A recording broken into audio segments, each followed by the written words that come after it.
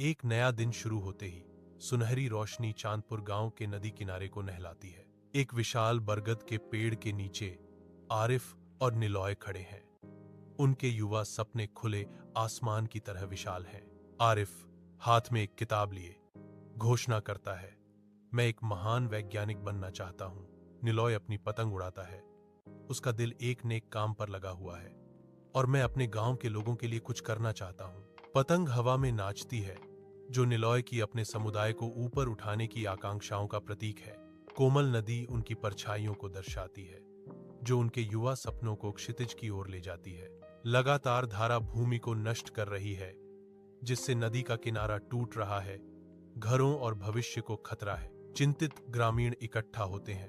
उनके चेहरे डर से भर जाते हैं, क्योंकि वे नदी के विनाशकारी अग्रिम को देखते हैं। आरिफ आधुनिक संकट से निपटने के लिए प्राचीन ज्ञान की तलाश में अपनी किताब पर ध्यान देता है। निलॉय ने ग्रामीणों को एकजुट किया। उसकी आवाज बढ़ती निराशा के बीच उम्मीद की किरण थी। एक योजना आकार लेती है।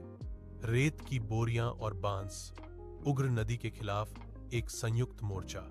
आशा जगमगाती है, क्योंकि ग्रामीण एक अस्थायी बांध बनाना शुरू करते हैं। उनका दृढ़ संकल्प नदी के क्रोध के विपरीत है। शाम नदी के किनारे उतरती है। जैसे ही नवनिर्मित बांध दृढ़ता से खड़ा है, जो सामूहिक प्रयास का प्रमाण है।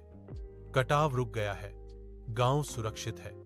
गांव वालों ने आरिफ और निलॉय के प्रति हार्दिक आभार व्यक्त किया। उनके चेहरे डूबते सूरज की रोशनी में राहत और प्रशंसा से चमक रहे थे। आरिफ और निलॉय एक जानी पहचानी मुस्कान का आदान प्रदान करते हैं, जो दिनों की कड़ी मेहनत के बाद उनके मजबूत बंधन की मूक स्वीकृति है। उनकी आंखों में एक साझा समझ झलकती है।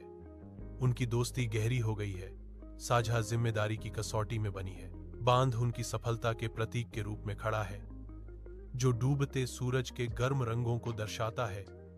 सुरक्षा और एकता का वादा।